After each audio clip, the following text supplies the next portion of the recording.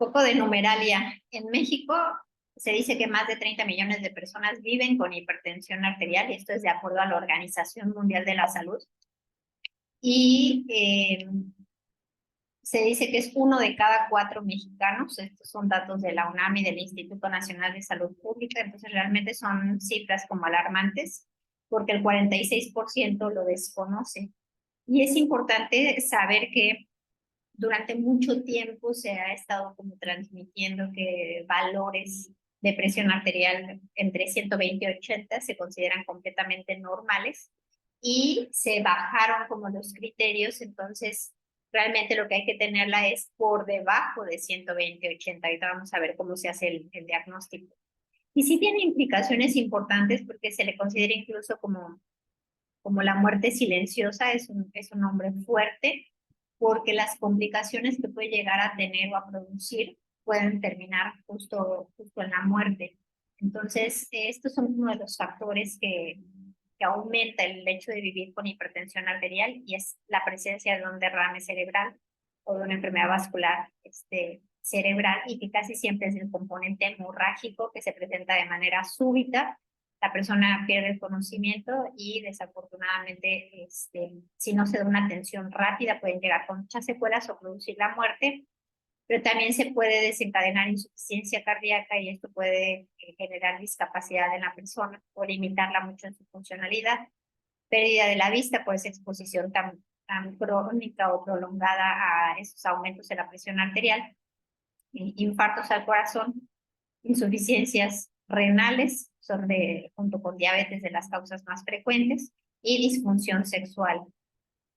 Y como les decía, se considera el factor de riesgo número 1 de muerte. Entonces, como ustedes saben, existen muchos factores de riesgo, como ser fumador, como vivir con obesidad, como vivir con diabetes, que nos aumentan el riesgo de tener una enfermedad cardiovascular.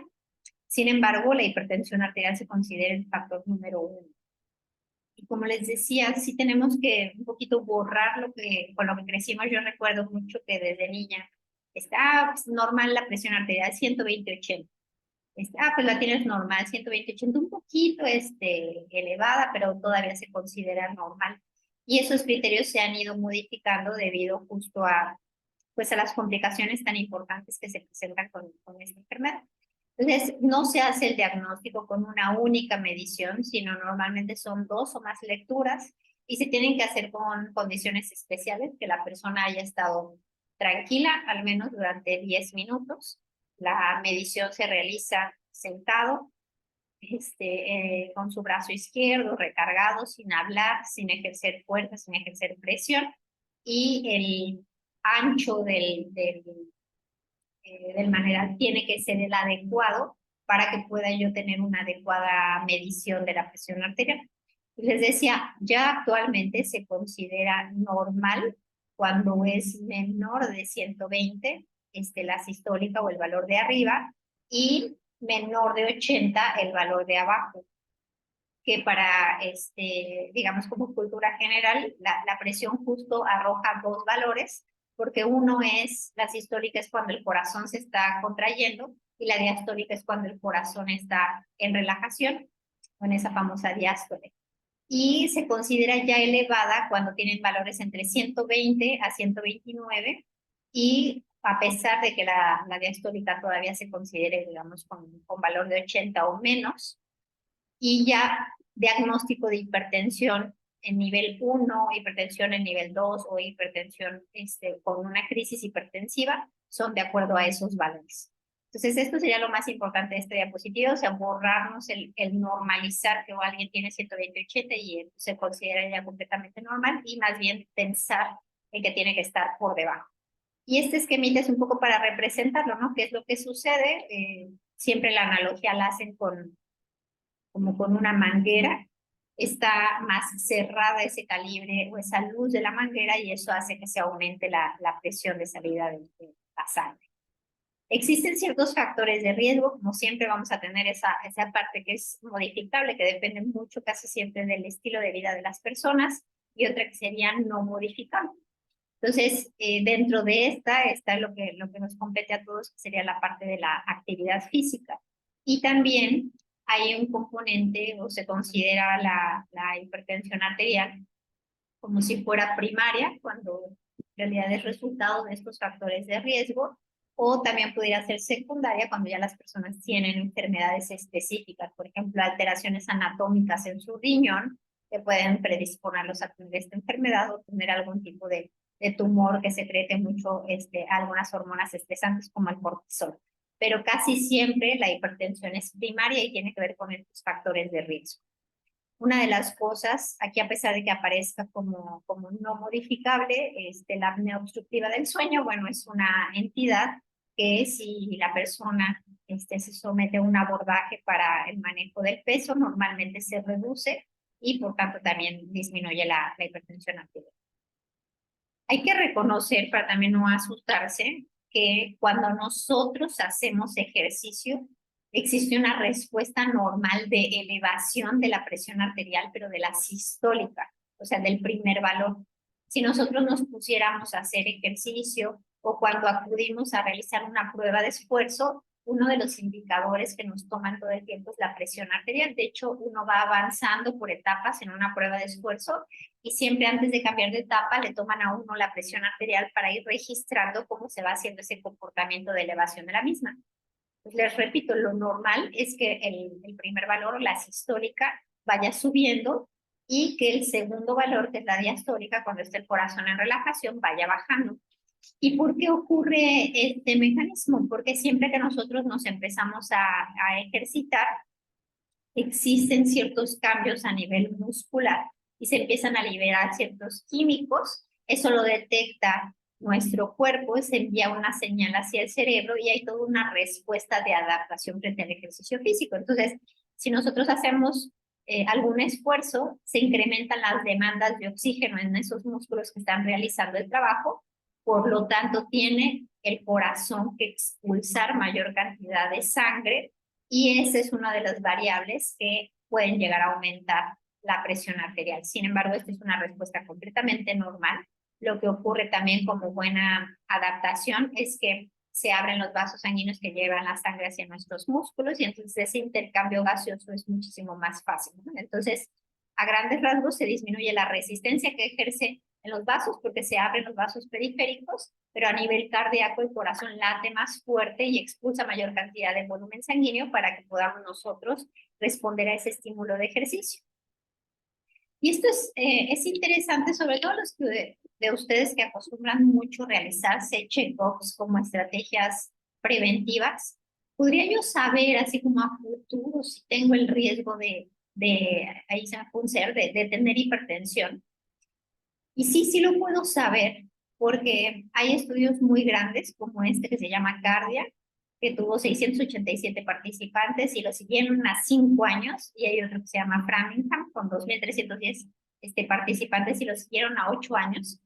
Y resulta que si al realizar esa prueba de esfuerzo a mí se me va elevando excesivamente la presión arterial, sobre todo la diastólica, que es la que no debe de subir, eso habla de tener una respuesta exagerada, una respuesta hipertensiva durante la prueba de esfuerzo.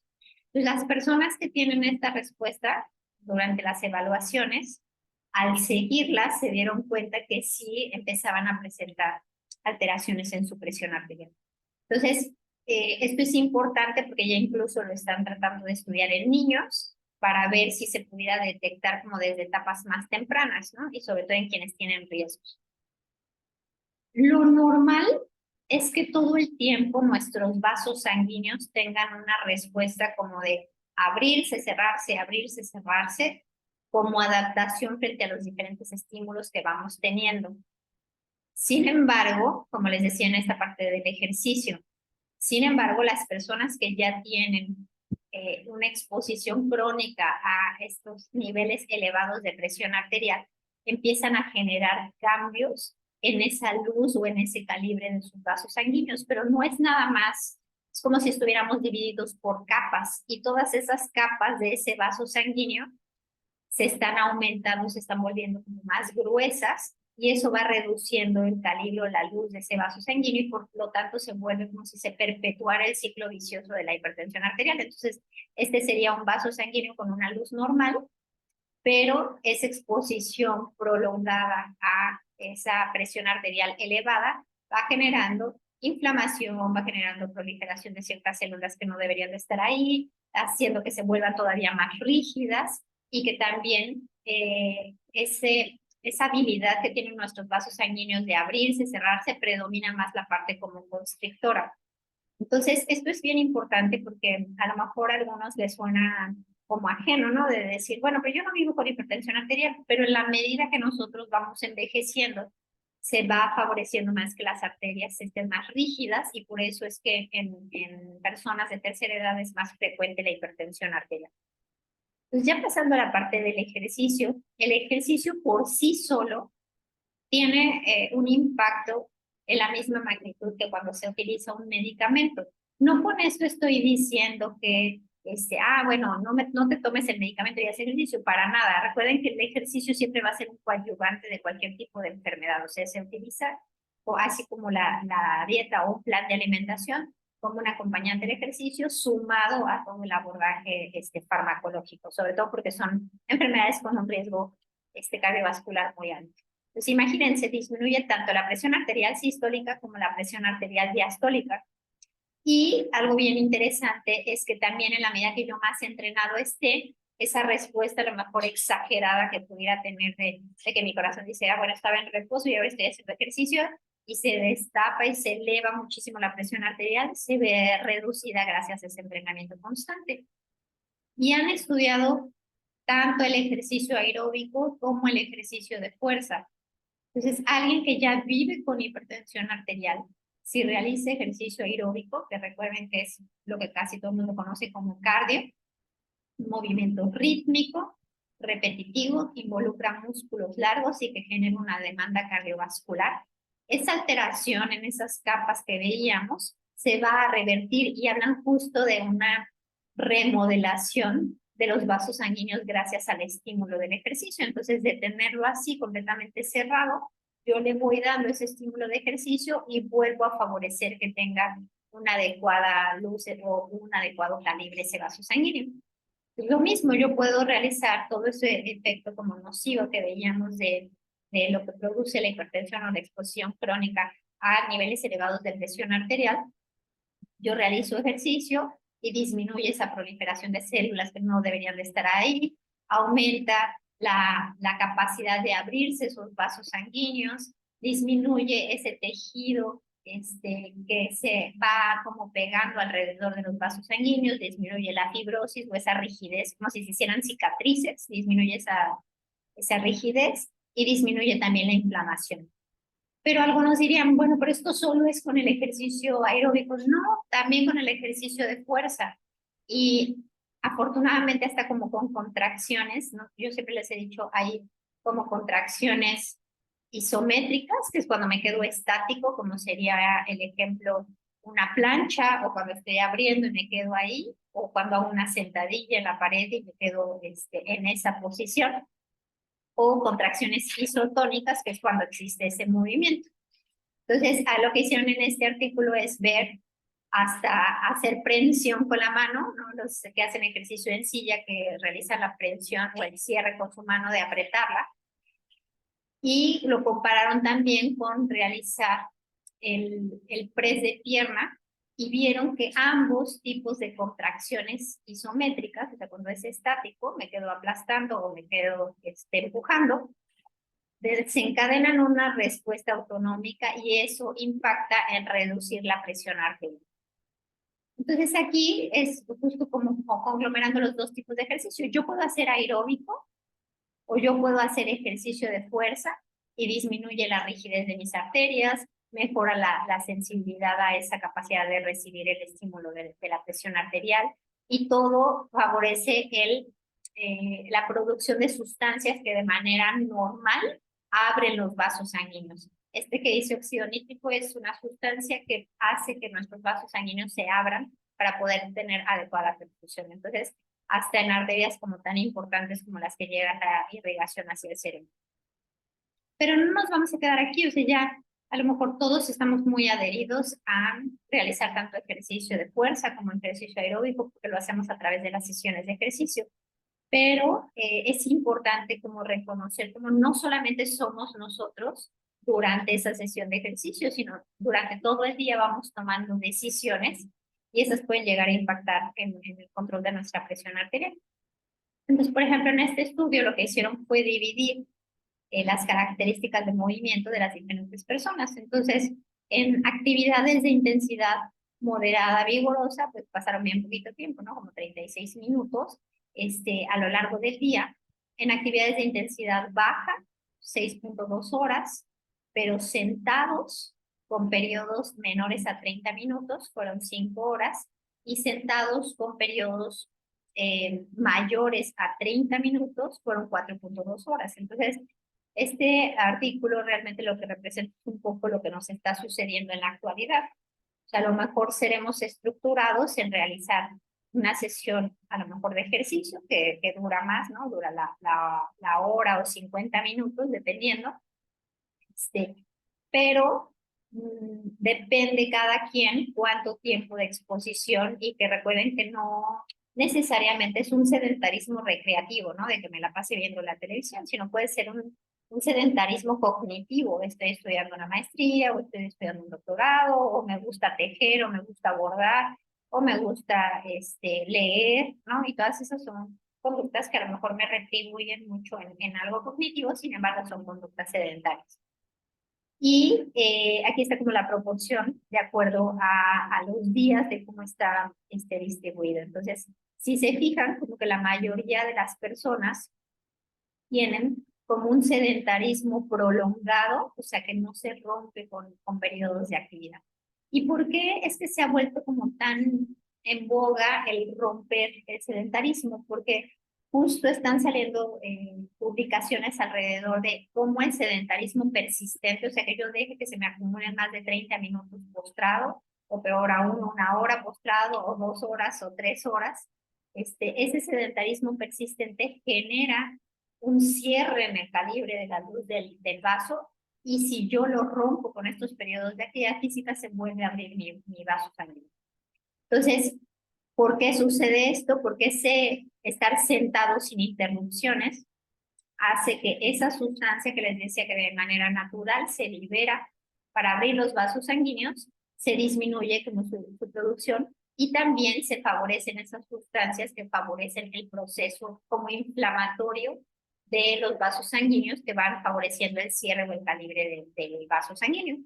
Sin embargo, si este sedentarismo persistente yo lo cambio a un sedentarismo que, bueno, 30 minutos ya pasé 30 minutos, me pongo de pie, me pongo a caminar, y al rato me vuelvo a sentar y sigo trabajando, y luego me paro y otra vez me vuelvo a caminar, logra hacer que el calibre del vaso sanguíneo se mantenga con niveles completamente normales. Entonces, se vuelve muy, muy importante, y en este otro estudio lo que hicieron fue decir, bueno, vamos a agarrar personas que tengan la presión arterial completamente normal, y vamos a agarrar personas que ya tengan diagnóstico de hipertensión. Entonces, personas como digo, la mayoría de los que estamos aquí conectados, que no tenemos diagnóstico de hipertensión arterial, si se midiera la presión arterial sistólica mientras nosotros estamos trabajando y tuviéramos un sedentarismo persistente, se vería este comportamiento, cómo se va elevando a lo largo de esas horas que pasamos sentados, ¿no? De nuestra jornada laboral. Sin embargo, si nosotros nos ponemos de pie y caminamos, y luego otra vez seguimos trabajando y caminamos, y caminamos, y caminamos, logramos tener incluso hasta reducciones dentro de la misma, y tanto en la presión arterial sistólica como en la diastólica. Esta respuesta es todavía más exagerada en quien ya tiene diagnóstico de hipertensión, por eso se vuelve tan importante. Entonces, también si yo rompo ese sedentarismo con periodos de actividad física, de esa caminata, voy a tener una reducción en mi presión arterial, y eso se vuelve muy importante. Ahora, muchas personas de repente dicen, bueno, pero yo en el espacio en el que trabajo no puedo ponerme de pie y caminar. También lo que hicieron fue compararlo con ejercicios de fuerza, y en este caso hicieron pequeñas flexiones o sentadillas que yo puedo utilizar de referencia a mi propia silla, y vean, el comportamiento también es bien bonito, ¿no? Puedo yo tener la presión arterial normal, de repente estoy aquí trabajando, giro mi silla, me pongo a hacer esas esas sentadillas y puedo yo seguir trabajando. Ahora, esas pausas, ¿qué duración deben de tener? Hablan de alrededor entre 1 minuto a 3 minutos para que tengan ese efecto. Y vean la respuesta de las personas que ya tienen diagnóstico de hipertensión arterial. O sea, sus cifras se elevan hacia rangos que ya veíamos por la clasificación anormales, con ese sedentarismo persistente, pero si lo rompen con periodos de ejercicio de fuerza, puede reducir los valores en ambas tomas de presión arterial. Y otra de las cosas que hemos mencionado mucho es la cantidad de pasos o de movimiento cotidiano. Y en la cantidad de pasos no se cuenta el ejercicio. Entonces, una persona que realiza menos de 5,000 pasos se considera inactiva. Hacer entre 5,000 y 7,500 pasos se considera poco activa, de 7,500 a 10,000 moderadamente activa y más de 10,000 como muy activa. Entonces, esta publicación que les estoy poniendo aquí, a lo mejor ya no son tan actuales, este es del 2000 y y había otra que era igual del 99, en donde ya se había demostrado en adultos que la cantidad de pasos tenía una relación directa con la presencia o no de niveles alterados en la presión arterial. Ahora ya lo están demostrando también en niños, como la cantidad de pasos que los niños dan al día se relaciona con los niveles de presión arterial. Y está por salir un estudio también de esos que siguen a la población por muchísimos años, en donde les pusieron un Apple Watch y se dieron cuenta cómo si había una diferencia muy importante entre quienes caminaban menos de 5,000 pasos y aquellos que ya rebasaban los 7,500 pasos por día. Entonces, les digo, estos estudios son importantes porque la cantidad de población que agarran es muy, muy grande. Ahora, ya dejando un poco lo de la parte del estilo de vida, si regresamos al componente de ejercicio, sí debemos de saber, las personas que tengan ya diagnóstico de hipertensión arterial, cuando no pueden hacer ejercicio, ¿no? Tener este hábito de tomarse su presión arterial antes de empezar su sesión. Y si tienen su presión arterial sistólica mayor a 180 milímetros de mercurio, no pueden hacer ejercicio. Y si su presión arterial diastólica es mayor a 110 milímetros de mercurio, tampoco pueden realizar ejercicio hasta esperar que lo tengan completamente controlado. ¿Y qué debo de cuidar antes y durante mi ejercicio? Pues debo de medir mi presión arterial, debo de evitar bebidas con cafeína porque justo hacen que se me eleve la presión arterial y ser muy cuidadosos porque de repente se ofrecen pastillas, tabletas que no están reguladas por la COFEPRIS o por nadie y que vienen mezcladas con cafeína o bebidas que les llaman así, ¿no? Como herbogénicas, de recupera tu energía, y hay quien suele como tomárselas y siempre hay que voltear a ver porque muchas pueden llegar a tener este contenido y lo único que va a generar es que tenga yo mayor demanda a nivel cardíaco y que por tanto pueda tener yo también un cierre de mis vasos sanguíneos y una elevación de la presión arterial. Lo otro que tengo que vigilar mucho es la intensidad del ejercicio, la respiración durante el ejercicio y todo esto, bueno, se relaciona con que yo esté automonitoreándome durante el ejercicio y este autoconocimiento del que tanto hablamos, que se puede llevar a cabo durante la sesión del ejercicio. Entonces, dependiendo qué herramienta yo utilice para monitorear la intensidad del ejercicio, es, digamos, como la estrategia que voy a utilizar. Pero si yo ya tengo diagnóstico de hipertensión, sí puedo realizar ejercicio de intensidad vigorosa, pero no debo de llegar a cercano a lo maximal. Entonces, ¿cómo puedo yo saber esto si es que alguno de ustedes tiene algún monitor de frecuencia cardíaca o algo así? Normalmente se utiliza esta fórmula, que es a 220 restarle su edad, y eso se multiplica por el porcentaje de la intensidad. Entonces, esa intensidad es lo que nos va a dar esta clasificación, ¿no? O sea, si yo fuera 220 menos 40, si lo multiplico por punto 57, entonces sería esa para mí una intensidad muy ligera. Y así sucesivamente en cada una de las clasificaciones. Entonces, si yo apenas voy a iniciar con el ejercicio y vivo con hipertensión arterial, lo ideal es que empiece con actividades de intensidad ligera a moderada. Esto también se puede utilizar con escalas de percepción de esfuerzo, ¿no? Cuando de repente nosotros decimos, bueno, ¿cómo sientes este esfuerzo que estás realizando en este momento? Entonces, ahorita vamos a regresar a esa, pero existen también escalas como esta de percepción del esfuerzo. Entonces, yo durante el ejercicio puedo saber si estoy en una intensidad ligera, regular o moderada o una intensidad vigorosa. Entonces, normalmente esto se correlaciona con qué tanto puede platicar la persona. Entonces, en intensidades ligeras, yo puedo platicar, incluso podría cantar mientras estoy realizando el ejercicio. Cuando me encuentro en intensidades regulares, puedo decir entre 3 y 6 palabras sin necesidad de tomar aire. Y cuando me encuentro en intensidades vigorosas o en pesado, ya mi habla empieza a ser entrecortada. Entonces, yo puedo correlacionar mi percepción del esfuerzo con mi test del habla y aparte con mi frecuencia cardíaca. Les decía, esta es la escala como de percepción. Esa misma escala que les estaba mostrando aquí considera con la correlación con la frecuencia cardíaca o el porcentaje de intensidad de la frecuencia cardíaca.